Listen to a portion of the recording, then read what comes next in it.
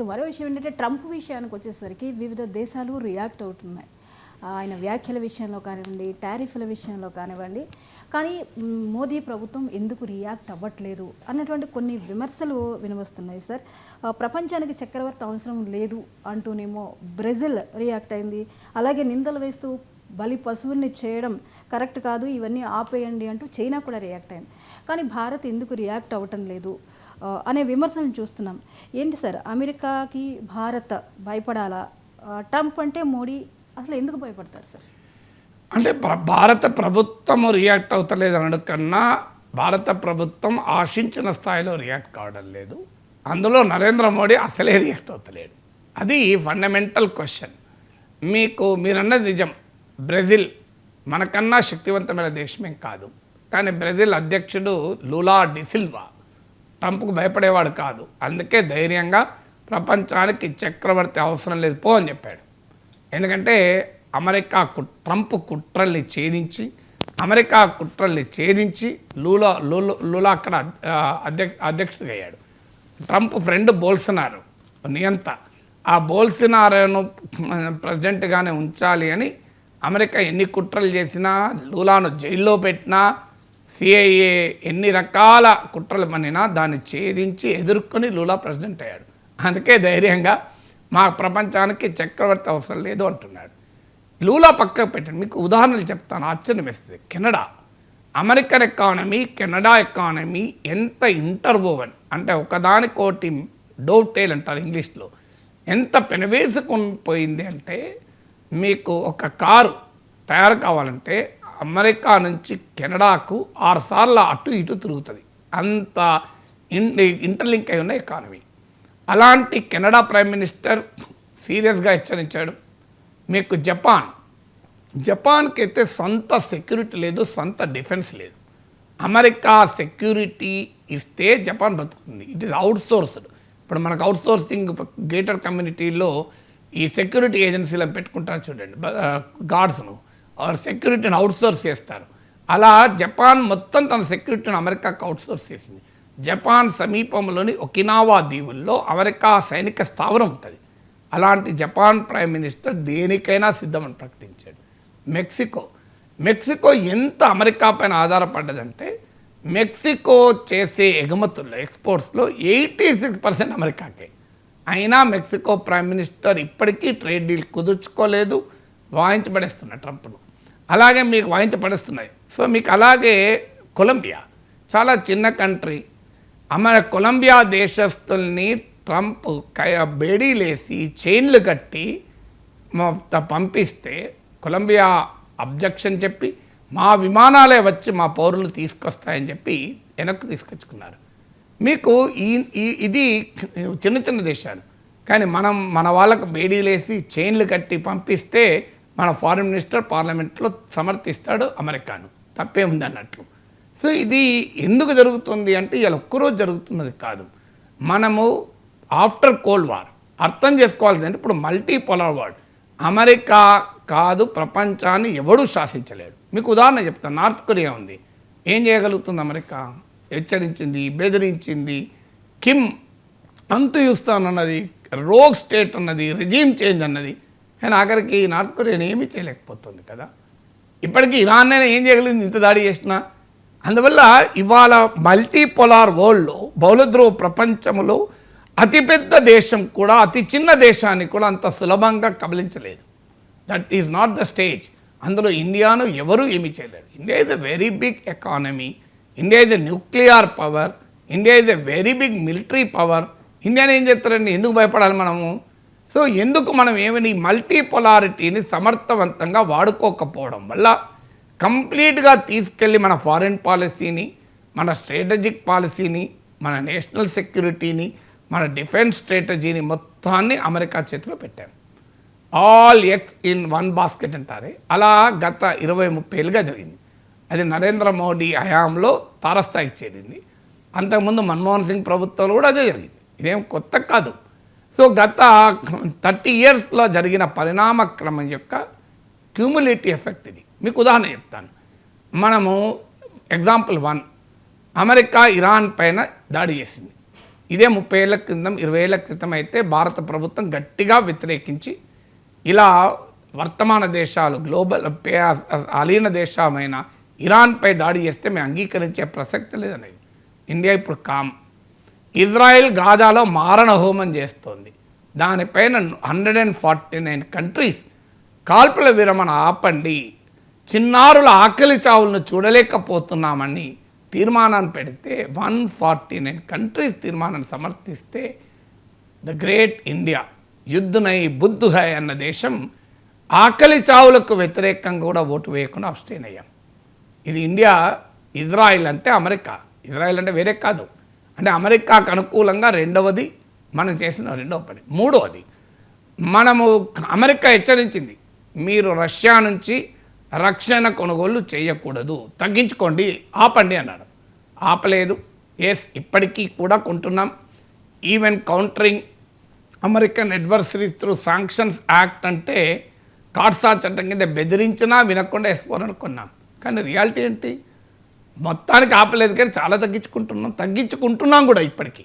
ఇవాళ ఒకప్పుడు మన టోటల్ డిఫెన్స్ ఇంపోర్ట్స్లో రష్యా నుంచి చేసుకునే 75% ఉండే, ఇప్పుడు 36% పడిపోయాయి. నిజంగానే డైవర్సిఫై చేసుకోవాలి. అమెరికా పైన రష్యా పైన ఇంత ఆధారపడడం మంచిది కాదు, నేను ఒప్పుకుంటాను. కానీ ఇది డైవర్సిఫికేషన్ కొరకు జరుగుతున్నదైతే I will be the first person to welcome it. కానీ అది జరుగుతుంది అమెరికా ఒత్తిడి మీద. అంటే మా దగ్గరే కొనండి, మీరు రష్యా దగ్గర కొనకండి అని. ఆఖరికి ఫ్రాన్స్ దగ్గర కూడా కొనకండి, రాఫెల్ కొనకండి, F-35 కొనండి అనేది అమెరికా ఒత్తిడి. సో అది థర్డ్ ఎగ్జాంపుల్. మీకు ఫోర్త్ ఎగ్జాంపుల్, ఎస్, రష్యా నుంచి ఆయిల్ కొనాలి అంటే కొనకూడదని అమెరికా బెదిరించినా, ఇప్పుడు 25% టారిఫ్ విధించినా ఇండియా వినడం లేదు. We appreciate it. మోడీ ప్రభుత్వాన్ని మేము అభినందిస్తాం. కానీ ఇరాన్ విషయంలో ఏం చేశాం? ఇరాన్ విషయంలో జీరోకి తెచ్చుకున్న అమెరికా బెదిరిస్తే ఒక దశలో భారతదేశ చమురు దిగుమతుల్లో 10% ఇరాన్ వచ్చాయి. ఇరాన్కు మన రూపీస్లో చెల్లించేవాళ్ళం. దాని అడ్వాంటేజ్ అంటే వాడు మళ్ళీ మన దగ్గరే వస్తువులు కొనాలి ₹6. ఇది మనకు లాభం. అయినా ఇరాన్తో జీరోకి తెచ్చుకున్నాం. ఫోర్త్, మీకు ఐదవది, చబహర్ పోర్ట్ ఉంది ఇరాన్లో, మనము దాన్ని నిర్మించే బాధ్యత చేపట్టాం. అది ఎంత వ్యూహాత్మకంగా కీలకము అంటే మనకు మీకు ఆ సెంట్రల్ ఏషియన్ రిపబ్లిక్స్ అంటారు. ఆ సెంట్రల్ ఏషియన్ రిపబ్లిక్స్కు అదొక ఎంట్రీ పాయింట్ మీకు. అంటే అలాంటిది అమెరికా బెదిరిస్తే మనం చబహర్ పోర్ట్లో మన ఇన్వెస్ట్మెంట్ డైల్యూట్ చేశాం. ఆ తర్వాత చైనా ఎంట్రెన్స్ చూసి మళ్ళీ మొదలయ్యాం. ఇది ఐదవది. ఆరోది, అమెరికా నాయకత్వంలో చైనా వ్యతిరేక కూటమైన క్వాడ్లో మనం చేరాం. అమెరికా, జపాన్, ఆస్ట్రేలియాతో కలిసి. ఎస్, మనకు చైనాతో విభేదాలు ఉన్నాయి, చైనాతో మనకు సరిహద్దు వివాదం ఉంది. అందువల్ల మనం అమెరికా ఉపయోగపడుతుంది అనుకొని అమెరికా నాయకత్వంలోని క్వాడ్లో చేరాం. కానీ అమెరికా ఉపయోగపడుతుందా? ఇటీవల పాకిస్తాన్ ఎగ్జాంపుల్. క్వాడ్ మీటింగ్లో కనీసం పాకిస్తాన్ను పేరు పెట్టి విమర్శించడానికి కూడా క్వాడ్ సిద్ధపడ్డదే. ఇక నిజంగానే చైనాతో యుద్ధం వస్తే క్వాడ్ మనతో వస్తుందా? అమెరికా మనతో వస్తుందా? ఇది ఆరవది. ఏడవది, I2U2, India, Israel, United states, United Arab Emirates అని దీన్ని మిడిల్ ఈస్ట్ క్వాడ్ అంటాం. అందులో మనం చేరాం. అంటే కేవలం ఇండో పసిఫిక్లోనే కాదు, వెస్ట్ ఏషియాలో కూడా మనం అమెరికా స్ట్రాటజిక్ అలయన్స్లో భాగమయ్యాం. 8, ట్రంప్ ఇంత మాట్లాడుతున్న పాకిస్తాన్కు అనుకూలంగా ఇంతవరకు we refuse to call Trump a bluff. అంటే ట్రంప్ అసీం మునీర్ను కలవడం నాకు గర్వకారణం అన్నాడు. ఐ లవ్ పాకిస్తాన్ అన్నాడు. ఇండియా పైన 25% టారిఫ్ విధించాడు. పాకిస్తాన్ పైన 19% విధించాడు. పాకిస్తాన్, అమెరికా కలిసి ఆయిల్ రిసోర్సెస్, పాకిస్తాన్లో ఎనర్జీ సప్లైస్ను మేము డెవలప్ చేస్తామంటున్నారు. ఓ రోజు వస్తుంది పాకిస్తాన్ దగ్గర ఆయిల్ కొనుక్కుంటుంది ఇండియా అని మాట్లాడుతున్నాడు. India is a dead economy అంటున్నాడు. పాకిస్తాన్కి IMF, వరల్డ్ బ్యాంక్ రుణాలు ఇప్పించాడు. ఆఖరికి యునైటెడ్ నేషన్స్లో కౌంటర్ టెర్రరిజం, తీవ్రవాద వ్యతిరేక కమిటీకి పాకిస్తాన్ వైస్ చైర్గా అమెరికా కూర్చుని పెట్టింది. ఇన్నైనా ఒక్క మాటన మాట్లాడుతున్నామా మనం? అదే బంగ్లాదేశ్ విమోచనప్పుడు అమెరికా మనల్ని బెదిరిస్తే, హెచ్చరిస్తే అమెరికా 7th ఫ్లీట్, 7వ నౌకాదళం, వందలాది ఎయిర్ క్రాఫ్ట్లతో కూడిన అమెరికా యుద్ధ నౌక హిందూ మహాసముద్రంలోకి అమెరికా ప్రవేశపెడితే ఆ రోజు prime minister Indira Gandhi we know what to do అన్నది. మాకు తెలుసు మేము ఏం చేయాలో, గెట్ లాస్ట్ అన్నది. అప్పటికి సోవియట్ యూనియన్ ఎంటర్ అయి బెదిరిస్తే అమెరికా తన 7th ఫ్లీట్ వెనక్కి తీసుకుంది. మరి this is the history of India. New York గడ్డ పైన, పంజాబ్లో, కాశ్మీర్లో మానవ హక్కుల ఉల్లంఘన జరుగుతుందని ఇందిరాగాంధీని అడిగితే ఇందిరాగాంధీ ఇచ్చిన ఆన్సర్ ఏంటి తెలుసా? దక్షిణాఫ్రికాలో శ్వేతజాతి దురహంకార ప్రభుత్వం, వైట్ రేసిస్ట్ గవర్నమెంట్కు మద్దతు ఇస్తున్న అమెరికా, ఇజ్రాయిల్ మారణ హోమాల్ని సమర్థిస్తున్న అమెరికా మా దేశంలో మానవ హక్కుల గురించి అడిగే స్థాయి ఉందా మీకు అన్నాడు. ఇది ఇందిరాగాంధీ అమెరికా గడ్డ పైన అమెరికాని హెచ్చరిస్తూ మాట్లాడినమాట. మనం ఇప్పుడు ఎక్కడ పోయాం? మోడీ ఇన్ని 29 సార్లు ఇప్పటికీ నేనే ఆపాను అంటే ఒక్కసారి mister Trump what you are telling is wrong అని అనడానికి అభ్యంతరం ఏంటండి? నాకు అర్థం కాదు. అలా అంటే మన భారతదేశం పైకి ఏమైనా న్యూక్లియర్ సబ్మెరీన్ అణు జలాంతర్గామి పంపుతాడా? ట్రంప్ ఏమైనా మిసైల్స్ పంపుతాడా? ఏం భారతదేశం అంత చేతకాని దేశమా? అసలు ఎందుకు ఇంత మనము వెన్నెముక లేని జీవిగా బతకాలి? And Trump knows only the language of strength. Trump doesn't know anything. 9వది, ఇలా అమెరికా పాకిస్తాన్కు ఆయుధాలు ఇస్తుంది. F-16 ప్యాకేజ్ బైడెన్ $450 మిలియన్ ఇస్తే ట్రంప్ $393 మిలియన్ ఇచ్చాడు. అమెరికా మేడ్ వెపన్స్ని పహల్గామ్లో తీవ్రవాదులు వాడారు. చైనా పాకిస్తాన్ మిలిటరీ నెక్సెస్ ఎంత నిజమో అమెరికా పాకిస్తాన్ మిలిటరీ నెక్సెస్ కూడా అంతే నిజం. ఇప్పుడు తాజాగా F-30 అమెరికా నుంచి మరింతగా డిఫెన్స్ సప్లైస్ కొనడానికి పాక్ ఆర్మీ చీఫ్ అమెరికాలో పర్యటించాడు, ఫీల్డ్ మార్షల్ అసీం మునీర్. లేటెస్ట్గా పాక్ ఎయిర్ ఫోర్స్ చీఫ్ వెళ్ళాడు. ఇంత జరుగుతుంటే మళ్ళీ మనం వెళ్ళి మన స్ట్రాటజిక్ పార్ట్నర్షిప్ పేరిట అమెరికా దగ్గరే మళ్ళీ విమానాలు కొంటామంటున్నాం. మన శత్రు దేశానికి డిఫెన్స్ సప్లై చేసే దేశాన్ని మనం ఎలా నమ్ముతామని చెప్పండి. మీరు ఐటీలో సహకరించని అమెరికాతో నాకు అభ్యంతరం లేదు, బయోటెక్నాలజీలో సహకరించని అభ్యంతరం లేదు. కానీ డిఫెన్స్లో అమెరికాకు తీసుకుపోయి లింక్ చేస్తే ఇవాళ ఎక్కడి దాకా వచ్చింది? లాజిస్టిక్స్ అగ్రిమెంట్ అని, ఇంటర్ ఆపరేబిలిటీ అగ్రిమెంట్ అని. అంటే మన సైన్యం అమెరికా సైన్యం, మన విమానాలు అమెరికా విమానాలు, మన యుద్ధ నౌకలు అమెరికా యుద్ధ నౌకలు, మన జలంతర్గాములు అమెరికా జలంతర్గాములు అనుసంధానం చేస్తున్నాం. ఇది ప్రమాదకరం కాదా అంటున్నాను నేను. పాకిస్తాన్కి మద్దతు ఇచ్చే దేశం కదా అమెరికా. అమెరికాతో మనకు రిలేషన్షిప్ అవసరం, రష్యాతో అవసరం. బ్యాలెన్స్ చేయండి.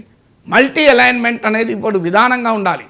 మల్టీ అలైన్మెంట్ అంటే అవసరం దేశ ప్రయోజనాలకు అనుగుణంగా, జాతీయ ప్రయోజనాలకు అనుగుణంగా ఏ సందర్భంలో ఏ దేశంతో కలవాలంటే ఆ దేశంతో కలుస్తాం. It is a contextual, not linear. ఆ కాంటెక్స్చువల్ ఫారెన్ పాలసీ వదిలేసి అన్ని దారులు వాషింగ్టన్ వైపు వెళ్తుంటే మరి ట్రంప్కు ఇక ఇండియాను ఏమున్నది అనే అభిప్రాయం కలగదా? 10వది, ఇవాళ అమెరికా ప్రపంచంలో ఏం చేసినా మనం కనీసం మన డిప్లొమాటిక్ లాంగ్వేజ్లో కూడా ప్రశ్నించడానికి రెడీగా లేము.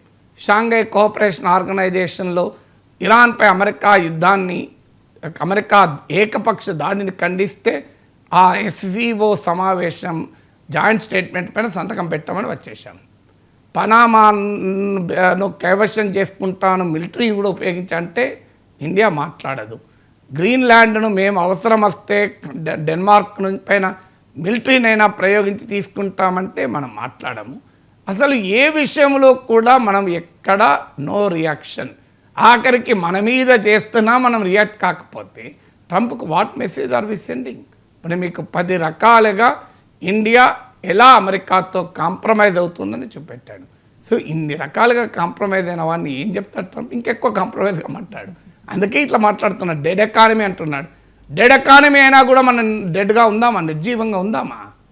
మీది చచ్చిపోయిన ఎకానమీ అంటున్నాడు. మనం చచ్చిపోయినట్టు పడుందామా? ఇది దేశభక్తి భారతీయుడు అంగీకరిస్తాడా? స్వావలంబన కోసం స్వాతంత్రోద్యమం నడిపిన దేశ గడ్డ కదా ఇది. ఇలాంటి గడ్డ పైన ఇంత భయంకరంగా చచ్చిపోయిన దేశం మీది, చచ్చిపోయిన ఆర్థిక వ్యవస్థ మీది అంటే మనం మౌనంగా చూస్తూ ఉందామా? ఇంకా హౌడీ మోడీ, కెంచో ట్రంప్, నమస్తే ట్రంప్ అందామా?